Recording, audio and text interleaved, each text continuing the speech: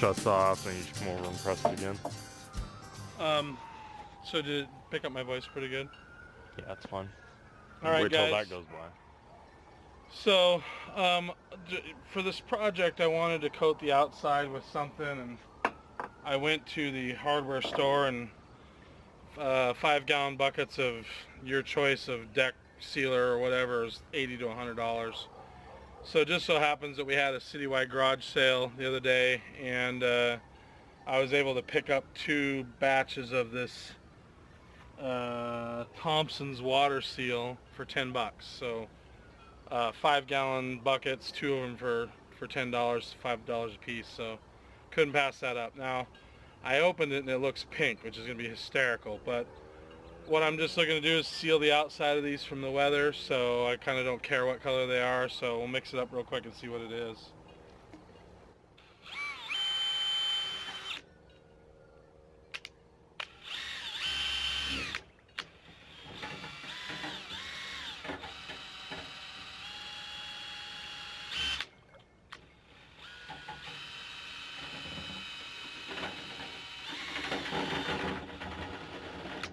Looks good thing that didn't splatter way over there.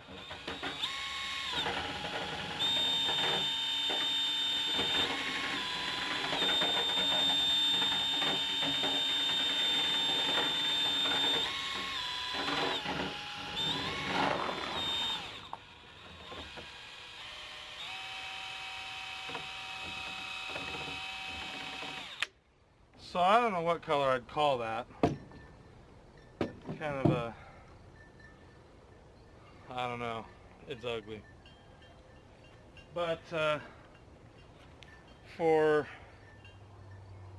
$5, who cares, right? I don't know what I'd call that. It's like an ugly salmon puke color. But as long as it seals the boards, and then obviously you don't want this crap against your garden. You wouldn't want this to leach into your soil.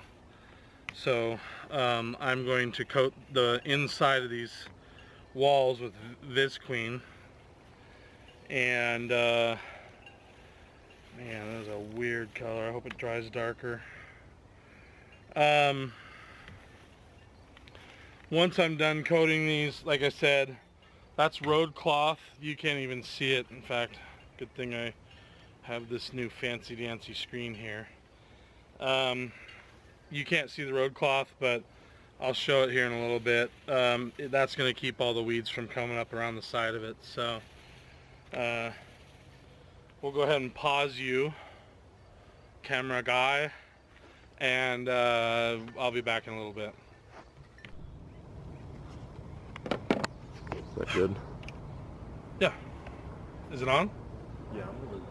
Alright guys, so one of the things I'm doing I'm getting bit by mosquitoes here. One of the things I'm doing is lining the inside, because it's regular lumber and it's not pressure treated, and you wouldn't want pressure treated in with your vegetables anyways, because you'd leach chemicals into it. So I coated the outside with the Thompson's water seal. It looks great, double coated it, but I didn't coat the inside.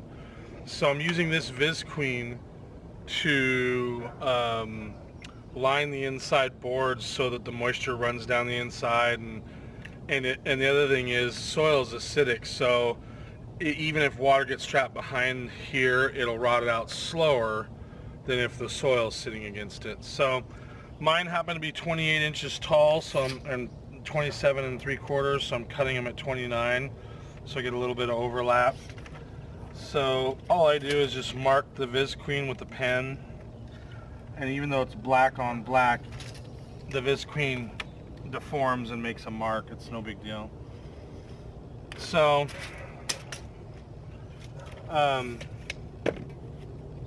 then I just take my Harbor Freight straight edge here,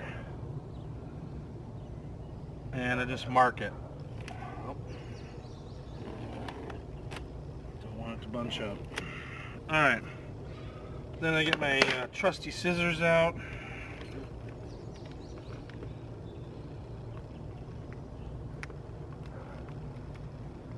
And if they were a little, there we go.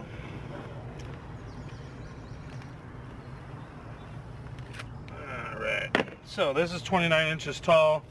We'll take this over and we'll go ahead and finish up that last piece. I only left one piece for you guys because it was super boring, but I'll explain it so you guys can kind of copy the technique if you want to. See you over there. I don't know how to turn this thing off. Where do I push to stop recording? The red button. On top? No. Alright guys, so I saved this last piece for you guys. Basically what I learned is, so there's a couple things. Our air compressor has an old regulator on it, the old spring style. It's a humongous pain in the ass to go over there and try to regulate it down, but I really needed the air pressure at, like, I'm gonna guess around 40 psi, maybe 60. Our air compressor puts out 100 to 120 psi, so it wants to shoot the staples through the plastic. So I think most automotive air compressors are going to run up that high. If you've got a contractor one, you can adjust them pretty easy, I think. So here's my suggestion. If you can't regulate down like I can't, I'm at 100 psi, what you're going to want to do at one end, you're going to want to fold the plastic up so that you can actually get the staples not to go through. And what I'll do is I'll tilt the stapler so it shoots one side in, and then I just tap the other side down with a hammer. Stinking air this morning.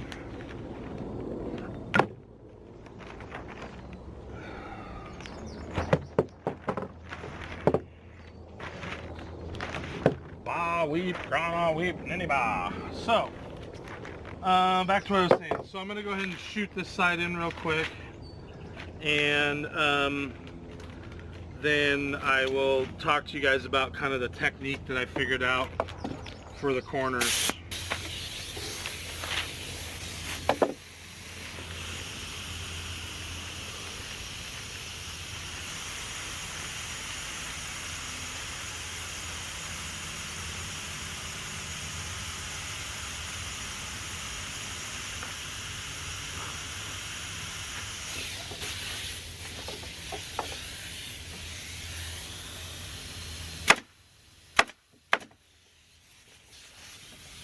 Why am I jammed up?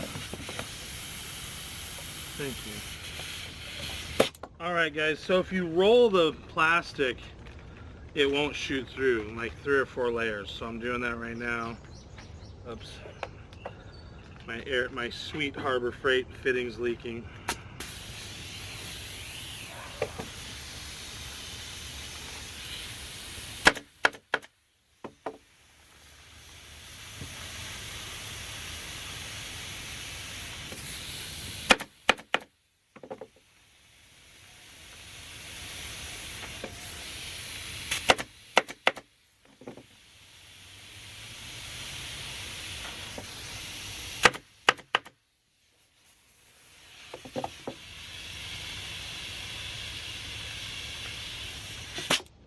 Alright, I'm getting real close. I'm going to cut you guys off for a second, and then we'll bring you in close to show the technique from to keep the staples from shooting through the plastic. See you in a bit. Alright guys, is it on? Oh. Alright guys, so what I'm going to show real quick is a technique that I kind of came up with to keep the plastic from ripping out. And it's kind of involved, but not really. If you have one of these pneumatic staplers, it's really fast. So the air is going to be loud, but I'll show you. So I bring it down like this. What is that? Haha! Sorry guys, let's try this again.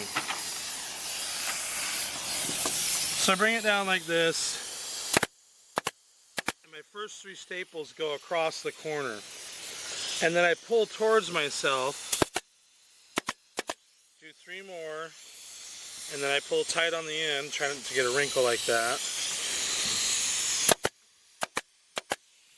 And what I do then is I take the hammer from the backside and I just beat them down to where they're like in the joint.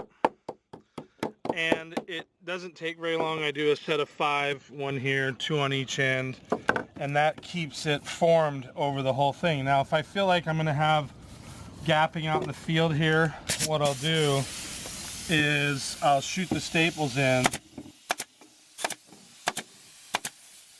at an angle like that, so you notice one side's up, and then I just tap them down, and that way with 100 psi they don't go through the plastic. And so it's pretty much that simple.